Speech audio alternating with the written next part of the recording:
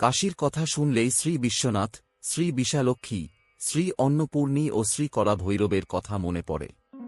অন্নপূর্ণা দেবী মন্দির, অন্নপূর্ণা মাতা মন্দির এবং অন্নপূর্ণা মন্দির নামেও পরিচিত পবিত্র শহর বারাণসীর সবচেয়ে বিখ্যাত মন্দিরগুলির মধ্যে একটি।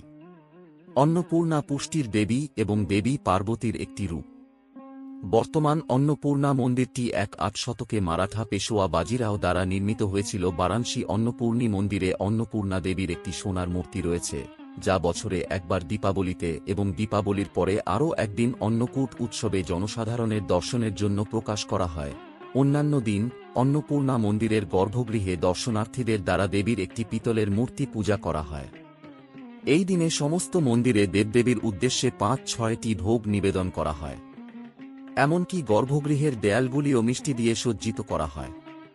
মা অন্নপূর্ণা মন্দিরে খোভা, ছেনা থেকে তৈরি ৮০ কুইন্টাল বাদাম, ফল এবং মিষ্টি দিয়ে সজ্জিত করা হয়। এক কুন্তলকে কাঁচা ভোগের আকারে শস্যের পাহাড় দেওয়া হয়।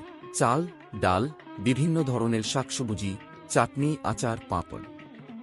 সমস্ত বারাণসী মন্দিরে ঈশ্বরের উদ্দেশ্যে প্রচুর পরিমাণে বিভিন্ন ধরনের মিষ্টি এবং খাবার নিবেদন করা হয়। এর কিছু অংশ নামমাত্র মূল্যে বিনামূল্যে ভক্তদের মধ্যে বিতরণ করা হয়। দীপাবলির সময় মা অন্নপূর্ণী দর্শনের জন্য প্রচুর ভিড় হবে এবং একজনকে ধৈর্য ধরতে হবে এবং দীর্ঘ সারিতে পালার জন্য অপেক্ষা করতে হবে। দীপাবলির দিন অবশ্যই দর্শন করা উচিত। স্বর্ণা অন্নপূর্ণা দেবীকে দেখতে দক্ষিণ ভারত থেকে প্রচুর ভক্ত আসেন। দীপাবলির সময় বারাণসীতে গিয়ে গঙ্গাস্নান করে স্বর্ণা অন্নপূর্ণী, অন্নকূট, কাশী বিশ্বনাথর ও বিশালাক্ষী মন্দির দর্শন করা উপযুক্ত। একটি কিংবদন্তি অনুসারে ভগবান শিব খাদ্যের গুরুত্বকে অস্বীকার করেছিলেন, এটিকে একটি মহাজাগতিক বিভ্রম হিসাবে উল্লেখ করেছিলেন। এ কথা শুনে তাঁর পত্নী বিশ্বশক্তির প্রকাশ দেবী পার্বতী বিচলিত হয়ে পড়েন।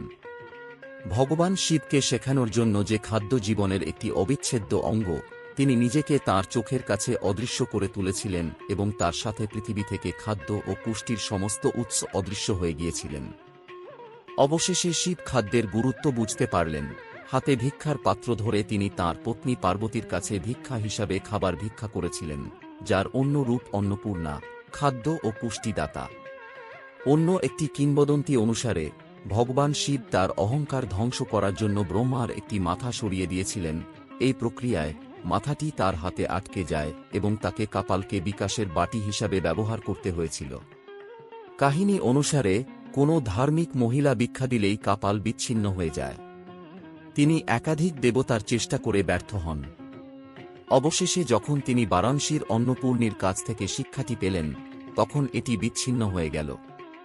দেবী অন্নপূর্ণাও সমৃদ্ধির দেবী মহালক্ষ্মীর অনুরূপ, কারণ প্রথমটি বস্তুগত সমৃদ্ধিও প্রদান করে।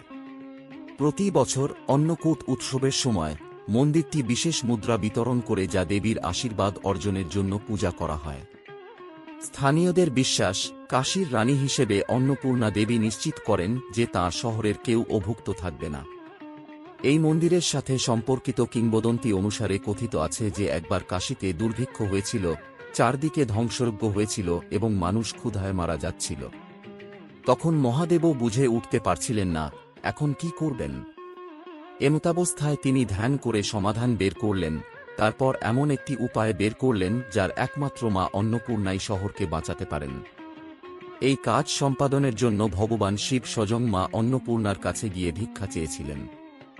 একই মুহূর্তে মা ভোলেনাথকে প্রতিশ্রুতি দিয়েছিলেন যে আজকের পরে কাশীতে কেউ ক্ষুধার্ত থাকবে না এবং তাদের ধন পাওয়া মাত্রই জনগণের দুঃখ দূর হয়ে যাবে।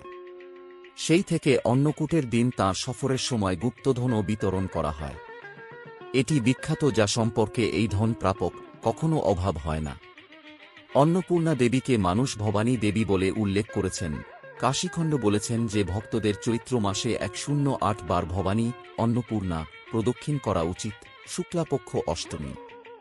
এতে করে ভক্তরা সমস্ত পাহাড়, সমুদ্র, ঐশ্বরিক আশ্রম, সমস্ত ভূমি এবং সমগ্র পৃথিবী প্রদক্ষিণ করার সুফল লাভ করবে।